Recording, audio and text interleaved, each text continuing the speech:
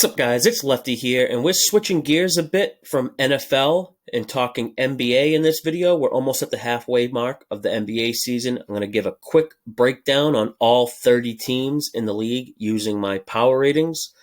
This NBA season has required a lot of attention in order to be profitable, more so than any other season in years past that I can remember.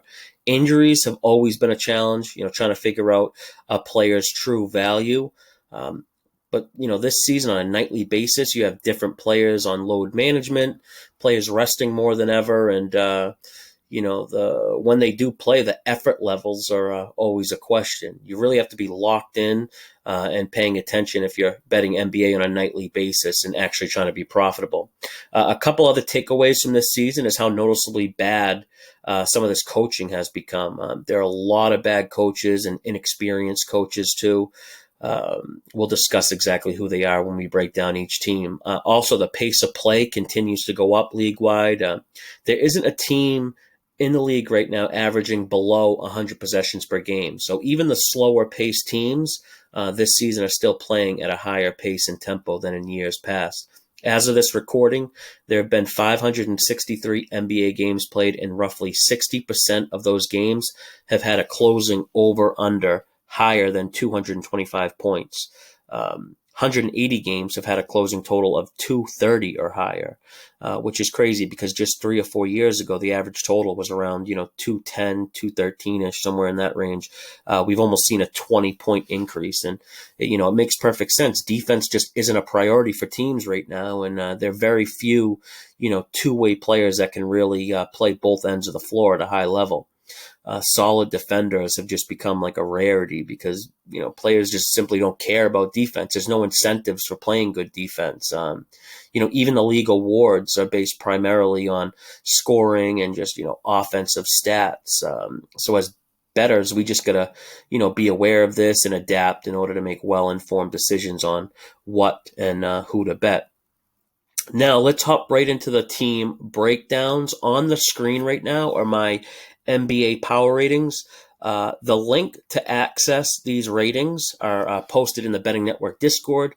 All the different metrics are explained in there as well, along with bets I'm personally making on a nightly basis. Link to join the Discord is in the description below this video. But first up, we have the Boston Celtics, who I have rated as the number one team with a power rating of 6, which means basically I have them as 6 points better than an average team if played on a neutral court. And then you adjust for home court advantage or if any players are in or out or whatever. The Celtics do a lot of things well. And like I was just saying, how most players in the league are one-sided offensive players. The Celtics actually have guys that can impact the game on both offense and defense. They don't rest guys, which I like, which gives them, a consistency. They have a perfect complement of stars and role players. No real glaring weaknesses on this team, besides, some off shooting nights from 3 once in a while, but every team has those because the 3 ball is such a big part of every team's offensive game scheme, I think the Malcolm Brogdon pickup was huge for them. Perfect fit, increases their depth, and they're already a deep team.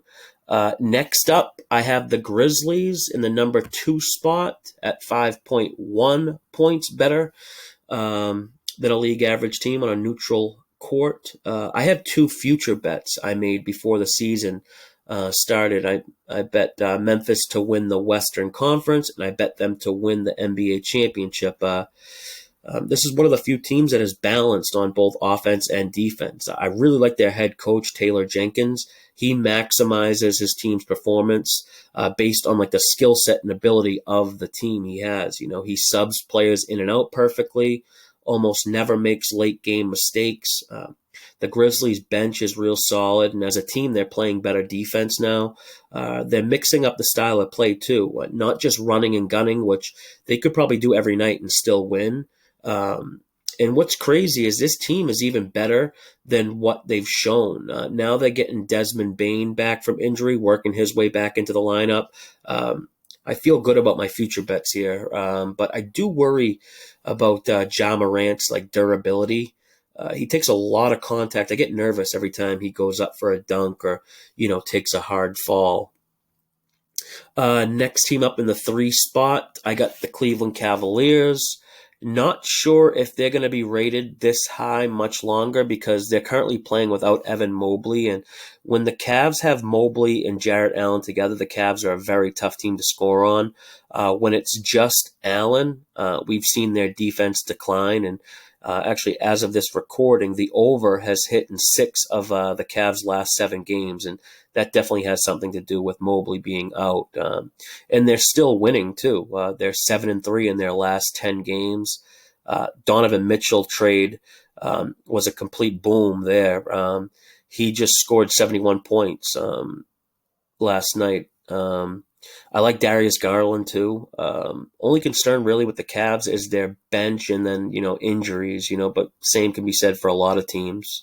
But moving right along to the 4 spot here, I have the Brooklyn Nets at 4.7 points better than an average team on a neutral court. The Nets are on a 12-game win streak, and as of this recording, have been upgraded to the 4 spot. I didn't have them here until this week.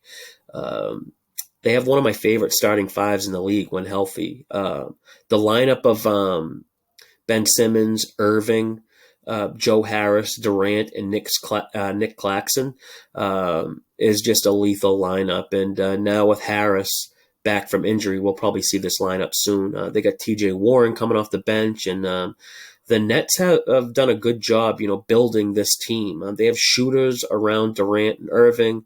As a team, the Nets are shooting almost 40% from 3. They've been solid on the road, too, which is rare for a lot of teams.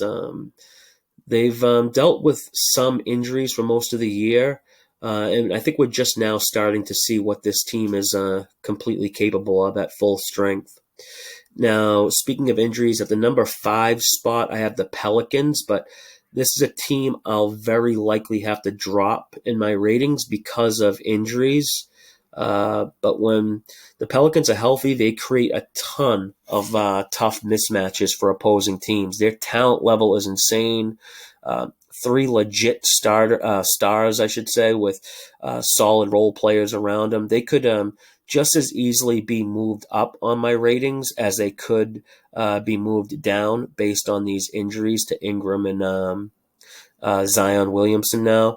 The Ingram injury is big. It's a concern. I think it's more serious than they're kind of letting on. And now just like Zion missing 3 weeks, this is actually a team I'm going to be looking to bet against the next couple weeks because of how significant I think those 2 injuries are. They also struggle with consistency on defense, and their style of play is kind of weird too. One game they'll play at full speed. Next game, they'll slow it way down. Makes them, a tough team to bet over-unders on. They have solid defenders off the bench with some good two-way players, but again, they'll likely be a team I'm looking to bet against in the coming weeks here after the Zion injury news broke last night. Just outside the top 5, I have the Sixers. I'm sure there's some people that have the Sixers inside their top 5, but this team just takes too many nights off and lacks any type of consistency, which is usually a blame you can kind of put on the head coach. Some nights they go out, play great defense. Some nights they just lay down. One night they'll run and score a bunch of points, and then they'll forget to play defense. And then when they do lock up defensively, they just can't seem to score. They rest Embiid and Harden a lot. But they've still been one of the more profitable teams in the league. So far, they're 21-14-1 against the spread. And when at full strength and clicking, they can beat anyone, especially at home. They have one of the best home court edges, which could be big come playoff time. At the number 7 spot here, I had the Nuggets, who I actually just downgraded a little bit because of the Jokic injury. I'll likely have to downgrade them more.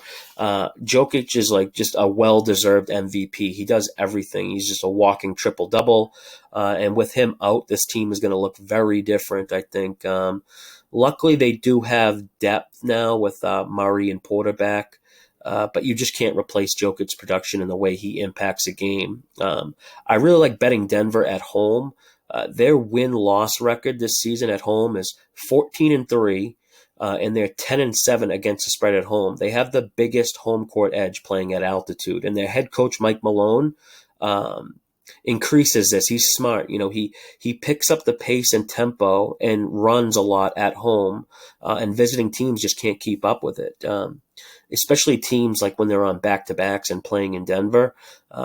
We've seen this be a strong play-on spot for Denver. No question the altitude makes a difference. Opposing teams, like they start substituting players early, or more early than they normally do. I like Denver's consistency and their ability to shoot the three. They're the best three-point shooting team in the league right now. Their only weakness, I guess, would be defensively at times. And, of course, playing away from home, their numbers do dip a little bit. Next up at the number 8 spot, I have the Bucks. And this has been a team I've slowly downgraded throughout the season. They seem to have some like chemistry issues here. There's rumors of Giannis being frustrated.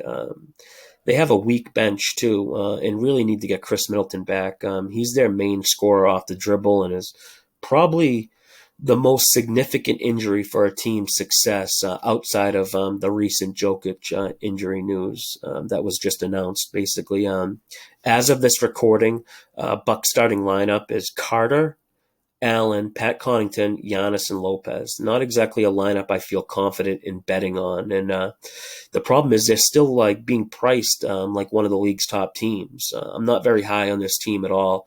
They play down to their competition and kind of sleepwalk through games. But I can't really downgrade the Bucks much more because Giannis can just still take over a game on any given night. I think they really need to pick someone up. Or make some sort of move and get Middleton back somehow. But their bench isn't good enough to handle another injury, that's for sure. Next up at the 9 spot, I have the Clippers. I probably have them rated better than most people do, but I really think when they're playing at full strength, they're a top 5 team. The problem, of course, is they're never at full strength. They're the oldest team in the league. They're tied with the Bucks actually for the oldest team. I think this is kind of like their last real shot at doing something. They still have a great 1-2 punch with Kawhi and Paul George. Their bench is solid, but I worry how much they're asking from their bench or how much they rely on them. Their roster top to bottom is like easily top 5 in the league if only we could actually see them at full strength. But Clippers are one of the few teams that actually, play both offense and defense. And it's pretty amazing they have a winning record despite all the games played without their key players. And that shows how good their bench and second team is. And they got upside there, if they ever get 100% healthy. They really need like a legit center, I think, too. If they had a big man, they'd be a team I'd be looking to back coming out of the West. Now, rounding out the top 10 is the Phoenix Suns. And this is kind of a tough team to accurately rate. They're very inconsistent. They'll win 3 in a row, lose 3 in a row. Now, it looks like they're having some possible chemistry issues here, too. There was a little fight on the bench recently, and there's rumors of DeAndre Ayton being unhappy and how he's saying he's like not being respected by teammates or whatever. But regardless, the injuries with Devin Booker and Cam Johnson are why the Suns aren't rated better. When they get back, I'll likely upgrade them. But Phoenix reminds me of the Bucks situation right now with rumors of unhappy players, and both teams only seem to care about the postseason. I don't like teams that think they can just turn the switch on when they want. The next team up I have here, they might be able to flip the switch when they want, is Golden State. I have the Warriors just outside the top 10 and could probably even downgrade them just based on their current form. But I kind of give this team the benefit of the doubt, especially like once Curry's back. I think they'll immediately go back inside the top 10. But right now, they play no defense. They rest Klay Thompson on back-to-backs. Draymond's getting older, and that's showing. Looney can't score on demand. Wiggins is dealing with injury management. It's just an all-around tough team to bet on with their current form, especially away from home. They just completely lay down when on the road. Their home away splits are just unreal. At home, Golden State has a win-loss record of 17-2. They're 14-4-1 against the spread at home. But on the road, their record is just 3-16 and 4-15 against the spread. I can't remember such a drastic difference for a team's home and away splits. Next up at the 12 spot, might be surprising to some, but it's Portland. This is a team I've gradually upgraded throughout the season. They're the most profitable team against the spread. Their head coach, Chauncey Billups, has done a good job at maximizing talent on the bench, or the lack of talent, I should say, on the bench. Billups is like a very defensive-minded head coach, but the makeup of this team is one that could, I think be better if they, just got out and run and outscored teams. But, the Blazers rank near the bottom in pace and tempo, so they're not running. Billups is basically coaching how he used to play. Blazers have like a dynamic duo of dominant scorers with Anthony Simons and Dame Lillard. Billups needs to let those guys loose and do what they do best. I don't understand how some coaches can just be so unaware of like the players' ability and skill set that they have. You got to build the team's identity around the players, like in their ability to maximize efficiency, rather than like force a style on them or try to change their natural rhythm and flow. But I like Portland, but they've probably been overachieving up to this point so far and are likely due for some regression. So I'll be careful in picking spots to bet on them.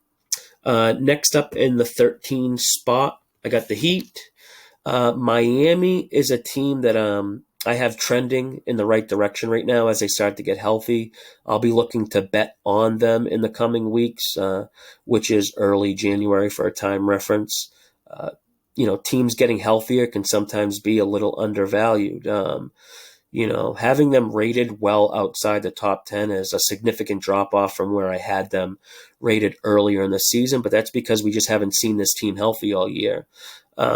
They've relied on like Tyler Hero to do a lot of the scoring, but when he's on the court, opposing teams attack his weakness on defense. He's almost like a liability. And Tyler Hero is actually like a great example of like the current state of the NBA and how it's so focused on scoring. And I'm not even trying to trash Tyler Hero because I'm actually a big fan of Hero's. He's got a smoke show girlfriend. He's boys with Jack Harlow, who I like. But this guy wins the Sixth Man of the Year award, but he needs help on the defensive end on almost every possession.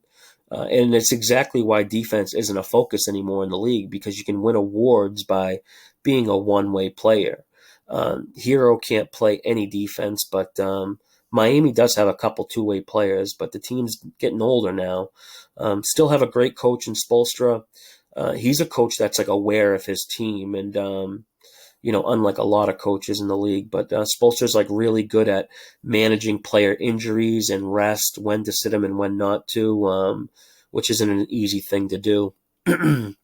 Next up in the 14 spot, I got the Mavs at a half point better than a league average team. Starting to get into like the more league average teams here, 0 being league average. I'm sure a lot of people have Dallas a lot better than league average. I had them rated much better coming into the year after the season they just had last season, but I didn't really factor in the significance of some of the off-season moves. Last season Jason Kidd did a great job getting players to buy into like his defensive philosophy, despite Luka being unhappy with it. They had a good season. Jalen Brunson filled some of the void for the injured Luka. They pulled off that huge upset in the playoffs and thought they were on the right track coming into this season, but I think Luka was able to kind of influence this team's like off-season decisions. The first move they made was not re-signing Jalen Brunson and then not re-signing Dorian Finney-Smith, who are both like very solid defensive-minded players, and instead they go and replace them with Christian Wood, who plays absolutely no defense, but he can score. And then Tim Hardaway Jr., no defense, but can score. And just like that, head coach, Jason Kidd has lost control of the team, and Luka gets what he wants, a team that fits his offense first style. And the numbers reflect this too. Last season, Dallas was an under machine, and now this year, they're a dead over team. I'm a huge Luka Doncic fan too, but we see it all the time. You can't win championships doing it by yourself, and especially without playing defense. He can try to put the team on his back, and I'm rooting for him too. But these ratings, they're not based on how much I like players. I use these ratings to make bets to hopefully win money, and Dallas is just not a team I'm looking to bet on too many nights. They're the slowest paced team in the league, and they don't play defense. Not a very good combination there. They've been money burners for anyone betting on them too. They're just 14-24 against the spread. Next up at the halfway mark, number 15, I have the Knicks, slightly above league average. Dallas is probably looking at Jalen Brunson and what he's doing in New York and regretting letting him go. Knicks are playing really good. Randall is playing now consistently with effort, finally. I like Grimes, too. He's a solid defender coming off the bench. I don't think the Knicks have quite figured out exactly what play style best fits them as a team. They want to try and play with pace and tempo, but when they do that, they don't win. They have more success like slowing it down and playing conservative. That's when they seem to win, and not sure why they don't just give in and play that style that has worked for them. Teams like with inconsistent pace and tempo are very hard to bet on. You don't know what you're getting from them. But at the number 16 spot and an exactly league average, I have the Raptors. Now, any members of the Betting Network Discord community know my struggles with this team here. I don't know what's going on with them. On paper, they're a solid team, and at one point this season, I had them rated well inside the top 10, and I've had to downgrade them significantly, but I can't, drop them too much more because they do have talent. They have really good coaching. I have to think they turn it around at some point, but they've already cost me a bunch of money this season. Very inconsistent, especially on offense. It's a guessing game of what you're going to get on a nightly basis with this team. And for years, the Raptors were always dominant at home. Now they just can't win at home. Their role players are consistently injured, and it seems they always have key contributors like sitting out. They're shooting the three ball terribly this year too, only 33% as a team. Raptors are definitely the team I've had to downgrade the most, and the next team is probably who I've actually upgraded the most recently, and it's the Indiana Pacers.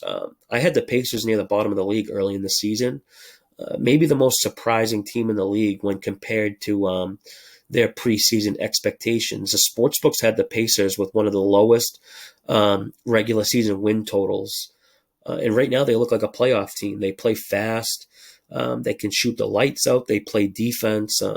They've been one of the most profitable teams against the spread, and I think that's going to actually continue. The Tyrese Halliburton pickup was an absolute home run. This guy has made a big leap from last year. The Kings just always get rid of players when they're about to break out. He was good with the Kings, but what he's doing now, leading the league in assists, shooting almost 50% from the field, and, he protects the ball too. Top 10 in assist to turnover ratio. So they got a solid point guard there. And the Pacers have a legit big man too with Miles Turner, who's, playing solid. This is a team I never mind betting on because I know they're going to give effort on a consistent basis. Next up, we start to get into the teams that I have rated well below league average. And that is Utah Jazz. Utah's being led by Lauri Markkanen, which is kind of surprising. He doesn't really have much of a supporting cast. They have no bench at all, and the Colin Sexton injury is really hurting them. But they have some decent role players, I guess. But as a team, they don't play much defense. The bright side, I guess, for Utah is they have a ton of draft capital. But at the 19 spot, I have the Sacramento Kings. A little surprised by the Kings at time this year at how good they've looked, but you can clearly see their weakness once you look closer. They play no defense. Despite bringing in head coach Mike Brown to get them to play defense, they still don't. They play a fast pace. They shoot the three ball okay, but they live and die by the three, which is never good. Sabonis and Fox are the Kings' two main stars, and they play absolutely no defensive effort at all. In order to win games, the Kings need to shoot close to 40% from three as a team, and that's not something you can do consistently on a nightly basis. Next up at the 20 spot and 2 points below a league average team, I have the Hawks. This team is just a mess. The players hate the head coach, Nate McMillan, and I can kind of see why. This Hawks team is filled with scorers, but they have a stubborn head coach that is solely focused on defense, trying to get a team that gives no effort defensively to play defense. He won't just let the team, play loose and, fast-paced on offense. The only way they win games is by getting into a shootout and just being the hotter shooting team. Hawks have no bench, and they're really a team that you can only bet against or only bet overs in games they're involved in. They're one of the worst against the spread teams, and Clint Capella being injured eliminates any defense they have at the rim. Hawks are just a stay-away team. It's just never a good thing when your star player on the team is leading the hate on the head coach. At the number 21 spot, I have the T-Wolves. I made possibly one of the worst future bets of all time, betting the T-Wolves to win the Western Conference. Looking back, it's so obvious to me that the idea of having two slow big men wouldn't work in today's game. I think they have a better chance, without one of the twin towers rather than, having both. The head coach stinks. They have no bench at all. This is about as low as I'll probably have the T-Wolves rated, because I think they've hit the floor. But Karl Anthony Towns still has the ability to win a game by himself, so I can't really downgrade them too much more, but I definitely can't upgrade them either. They were definitely better last year without Gobert. The offense is a disaster when Kat and Rudy are on the floor together. No spacing at all. And D'Angelo Russell is just bad, takes wild shots, plays no defense. And the T-Wolves have just been a money pit for anyone betting on them. Next, at the 22 spot, I have the Bulls, and this is where we start to get into some of the bottom teams that I have rated well below a league average team. With the Bulls, this is another situation where the coach, I think, is misusing the team. Billy Donovan wants to play fast and run, but he has some solid two-way players with DeMar DeRozan and Vucevic.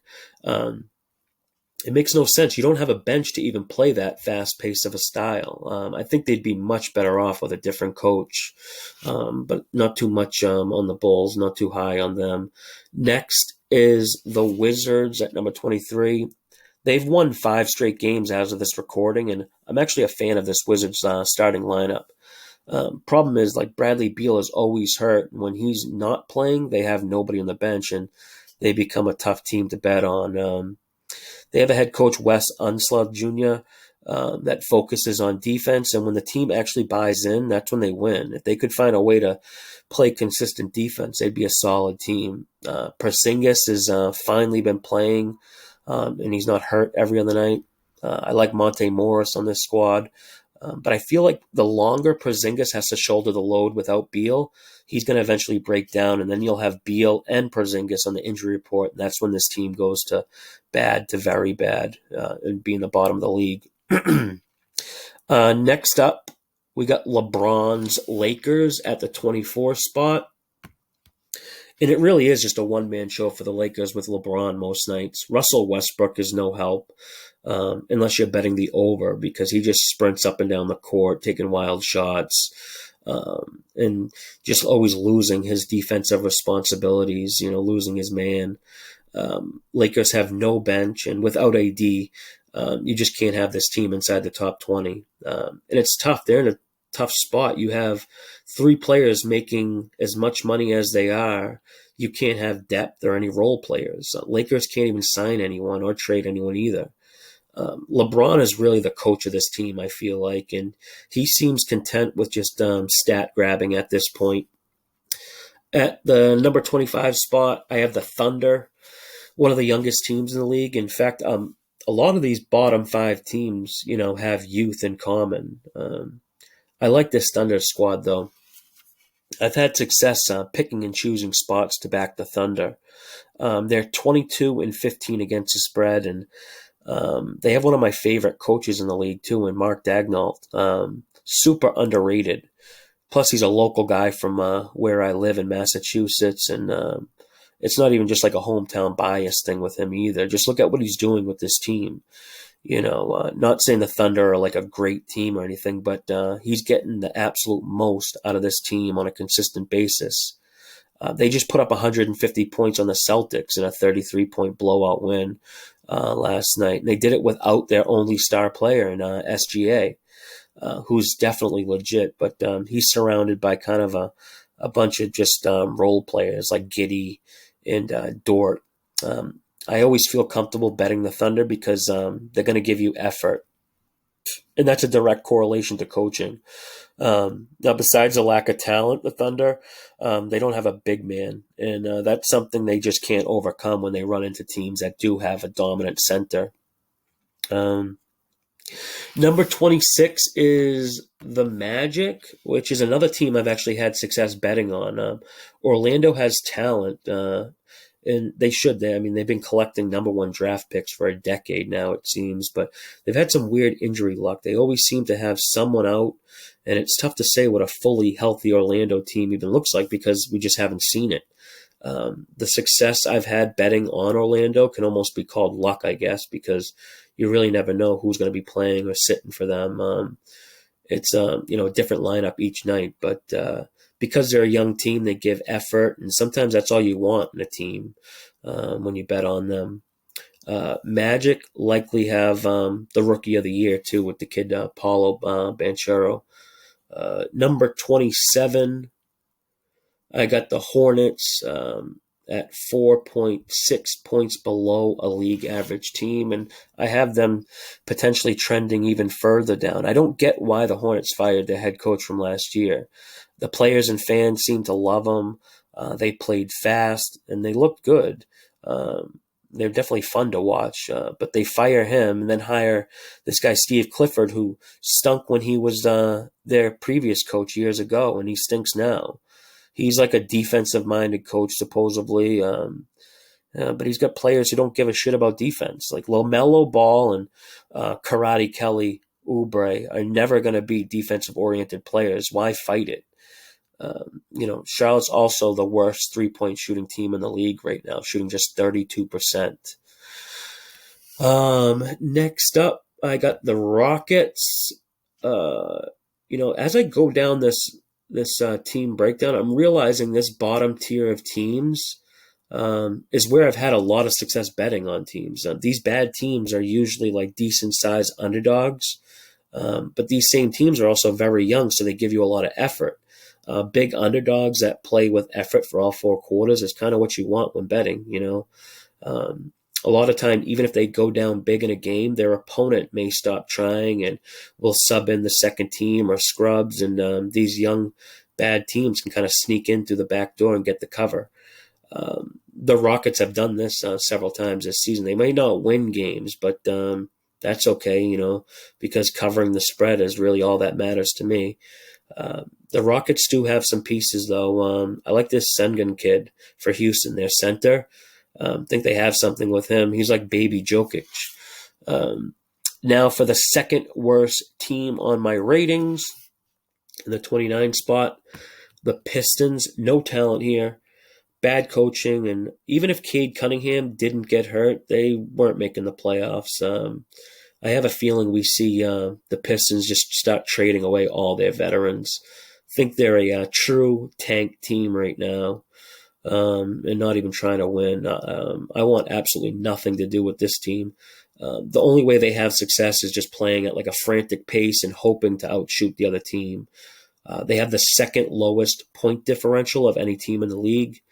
The worst point differential is the last team in my ratings here, the Spurs. And it's really tough to see a Greg Popovich team this bad and ranked this low, but there's nothing Pop can do with this roster, really.